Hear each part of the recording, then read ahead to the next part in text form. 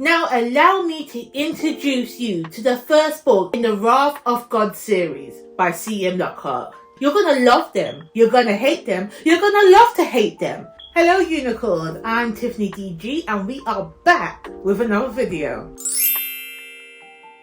So in this video, we're just going to talk about some publishing gems. These are books that I feel like more people need to read, that more people need to talk about across all channels of the book sphere, across all of the bookish internet, okay? We just need to give them some more love.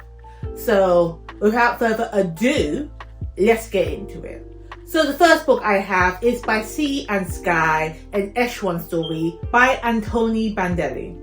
Now, who doesn't love a good pirate adventure? Because I know I do. By Sea and Sky is an action-packed, character-rich, West Indies-inspired fantasy book. So the story follows Sala and her husband Jelani as they've been forced into the life of piracy because they need to keep earning enough money to make this potion, to make the medicine that Jelani needs to control this disease that he has. However, it gets more interesting when Jelani is captured by an army warship. So throughout the story, we have two main perspectives, which is Sala and her hunt to find her husband. And then we have the perspective of the captain of the army ship called Karim. And we watch him struggle to maintain his captaincy. And I just think having both POV was done exceptionally well, because you want to root for Sala. You're on Sala's team because she is fighting for good. Like most pirates are on the side of good. But once you get Kareem's perspective, you want him to win too. You feel for him. You feel sorry for him. This book was a journey within itself while reading it. We have an expansive cast of characters and an even larger world to explore. The writing is very descriptive and it's very easy to imagine the characters and the world that they occupy. And following someone from each side of the conflict, we have Sala and Karim. It gives you a wider perspective of the world and the issues, the conflict and the drama that's taken place. The pacing in this book is relentless at times, and it does feel like I was reading a pirate book in a phase of Mad Max Fury Road, which I did enjoy. I like go get them action. That is what I like to see, and this book gave it to me. And the writing excelled in both character description, character dialogue, and in atmosphere. I can't stress that enough. I felt like I was inside the book, living these characters' lives. And that is a rare talent, to make me feel like I'm inside the book, living these characters, rather than an observer watching them play out their lives. And I particularly enjoyed the way that Anthony Bandelli incorporated African and Caribbean mythology throughout the story and weaved it in seamlessly, and it just ebbed and flowed. I love books that utilizes the mythology from the African diaspora. It was a fantastic thing to read. The ending, however, which was what you would typically expect from a book. The last battle at the end did make me genuinely nervous. I did not know who would win, who would lose, what's going to happen next. And it really did set you up for the second book, which I haven't read yet and I got to get to.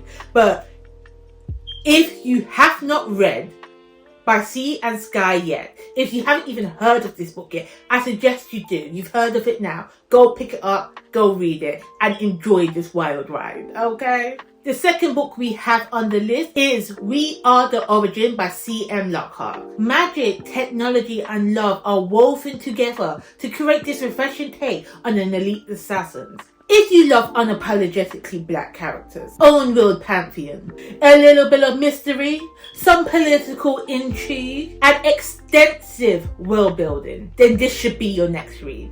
Our main character here is Brandy, Sword of the Gods. She's nothing more than a killer, and all she knew was to fulfill her purpose, and that was to kill whoever the gods told her to kill. That's all she was, and that's all that she lived for, and she was happy living that life. No questions asked. But then one day, the goddess Freya, the goddess of this realm, told her, don't kill this one. Nuh-uh. This is the one you gotta protect. and that just threw her through a spinner. That just effed up her status quo. With Brandy's character in particular, I love that we didn't get your run-of-the-mill heroine and all the typical stereotypes that you would give to a female leading character.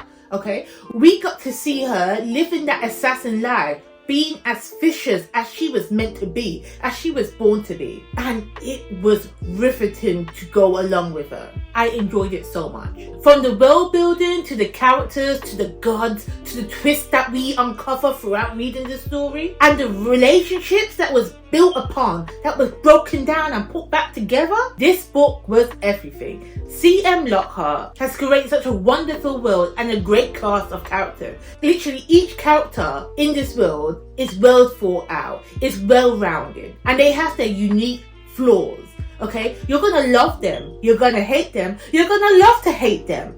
And what more do you want from a character-driven story? But again, I have to emphasize that the world building, the mythology, the lore in this book is exceptional. I love me a book that can create their own gods and just make it make sense. And this is what this book does. And if you're not already sold on reading this book, let me just tell you one more thing. This is a story of a powerful black woman. This is a story of a powerful black woman. She is at the front, she is at the center. The strength she carries throughout the story and her quick-wittedness creates tension, joy, sorrow, and it is quite a wild ride. So if you like fantasy with technology, gods, secrets, and assassins, and these are assassins that are actually assassinating people. They're not just having a title of assassin and just going la-di-da-di-da on their way. We're getting to see some killing. Then read this book. Read this book. You won't be disappointed. So the next gem we have is a very unique gem, to say the least. This is the Code series by R.R. Hayward, the first of which being Worship Humility. Now this series, this book, actually R.R. Hayward's writing as a whole is just absolutely ridiculous. You wouldn't call his prose or his writing phenomenal. You wouldn't call it something to be jealous over. It is basic to the degree of pathetic. It is just ridiculous, but it's ridiculous in the best way, and it is perfect for the story that R.R. Hayward is telling. Okay, and I cannot stress that enough. Look past that, because this book is fantastic. I like to think of the Worship Humility as Snowpiercer in space. Now, if that doesn't intrigue you from that little taste, let me tell you some more. So this series follows the surviving remnants of humans who have left Earth. So Earth was evacuated, I think, around 100 years ago. Everybody has boarded their own ships. Each country has their own ship, and they are traveling through space looking for another planet to call home. And every so often they send out probes to look for habitable to look for planets that they can habitate. It still doesn't sound right, but we move on. And in this series, we are treated to a lovable cast of misfits. We have a detective who's a sex addict. We have a reformed gangster who's now a politician. Okay? And then we have Yasmin, shortened to Yazzie. Now she's a thief. She steals things. She's from the underbelly. She's from the dregs of society. And she's on the world ship. And then so she just steals things to get by in life. And at first when you meet her, you think that she's selfish. She only cares about herself. And she does. She wants to steal enough money to leave her life and go to a luxurious spa and live that good life. Now, who doesn't want to go on a spa break? That is what she wants. That's her goal. So she has this grand idea to go and steal a bunch of credits from the financial services so she can go and live her best life.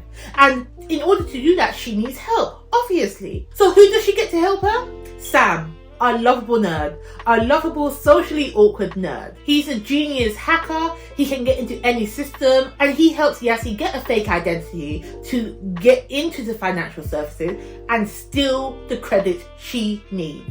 That causes problems. And sets off a chain of events throughout the book, throughout the whole series, that just cannot be stopped. Now, in all honesty, I'm not gonna lie to you, the dialogue in this book can be cringy. I felt myself rolling my eyes at times because these characters, they're meant to be older. They're meant to be late 20s, early 30s. They have lived their life, okay? But sometimes they do sound like your preteens or teenagers. Now, a part of me feels like if he changed that, if the dialogue wasn't so cringy, the book wouldn't work. The humour in the book would not work. So, in this instance, look past that. The stories being told works with the cringe. That's what makes it fantastic. And it has that unique je ne sais quoi of British humour, which I love, you know? And it gets to the point where you're reading the book, the action, the pacing is relentless once the story gets going, that you won't even care about the cringy dialogue. You won't even care that some phrases make you roll your eyes, because you just want to know what happens next. You know? You just want to know what antics that these characters are going to get into to get them out of this situation that they have made themselves. In the end, this book is just pure fun. It's just enjoyable. It's light-hearted. It's nothing profound. It won't be winning a Pulitzer Prize or going down as the greatest book in history. No, it's not on that level.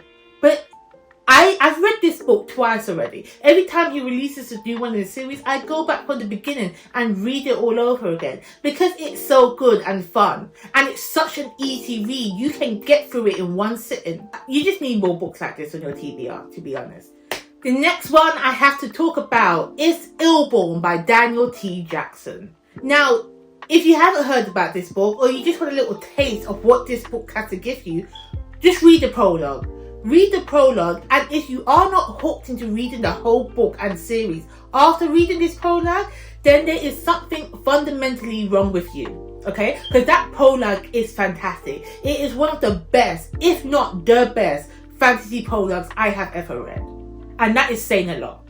So in this book, we have 4 POVs, and each of them is unique. Each of them has strong storylines, and each of them has a distinct voice to them, and you can easily follow along with their stories without getting confused about who is who and what is what. And they each go on their separate lives until towards the end 3 of them converge, and while you're reading this book, you kind of get this sense that something big is going to happen at the end, and you're trying to guess who's going to be what, who's going to be the one that starts the conflict, that ends up where the vision, because there's a prophecy in this, so you're trying to guess who's going to be at the end of this prophecy, and the person who you think it was, it isn't them. It isn't, and it's such a shocking revelation. It's brilliant.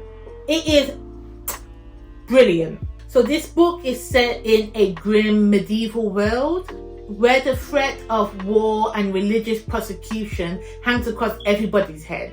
And our 4 POVs, they begin to manifest mysterious supernatural abilities. One has a healing ability, one is good at warfare, one is good at seduction, and the other is good at mind control.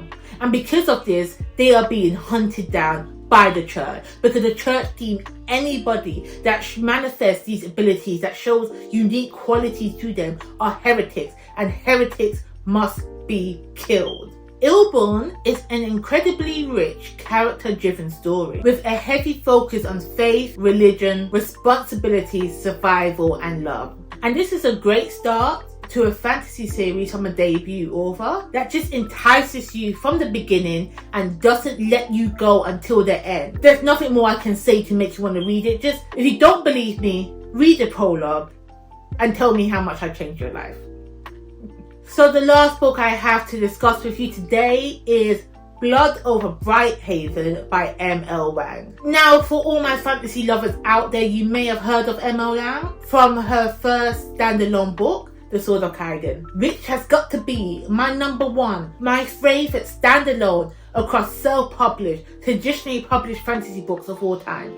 If you haven't read this book, go ahead and read it. But today we're here to talk about Blood Over Brighthaven. So, if you're looking for fantasy mixed with dark academia, a novel brimming with mystery, tragedy and morality. A novel that is both disturbing and utterly addictive, then Blood over Brighthaven is the novel for you. So this story takes place in the industrial utopia of Tehran, and it follows two main characters. The first is Sakona, an orphan since the age of 4, and Sakona has devoted every waking moment to the study of magic for the last 20 years, as her goal is to be the first ever woman to be admitted to the High Magistracy, one of the highest academic professions that one could achieve, and then she wants to work her way up the ranks in the magistracy as the first woman. Our second POV character is Tomil, and he's a janitor within the High Ministry, and is given as an assistant to Sakona as a prank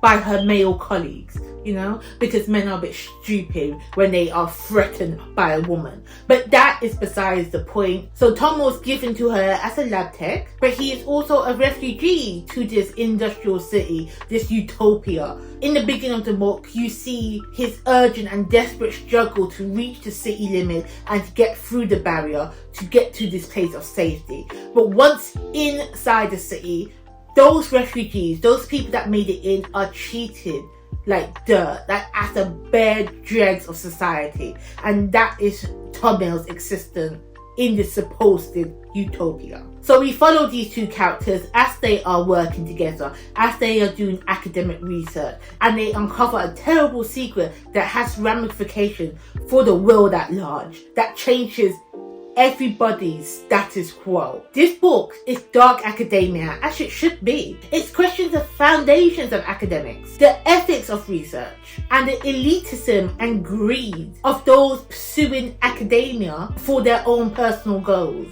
And I also loved how M.L. Wang explored the themes of colonialism, industrialization, capitalism and misogyny throughout this gas lamp fantasy setting. If you like and enjoyed Babel by R.F. Kuang, you would definitely enjoy this self-published fantasy book. Emma Wang has this ability to keep my attention glued to every page of her writing. The way she writes characters and the way she develops them, that at first you initially hate them and despise them, then throughout the reading journey you get to know them more and you sympathize with their plight and you sympathize with the actions that they took throughout the story. It's masterful, to say the least. Her character work is some of the best character work I have seen across all forms of literature. She did it with The Sword of Kagan, and she has done it here with this book. If you haven't picked this up yet, I suggest you do it ASAP. M.L. Wang is now one of those auto-buy authors for me.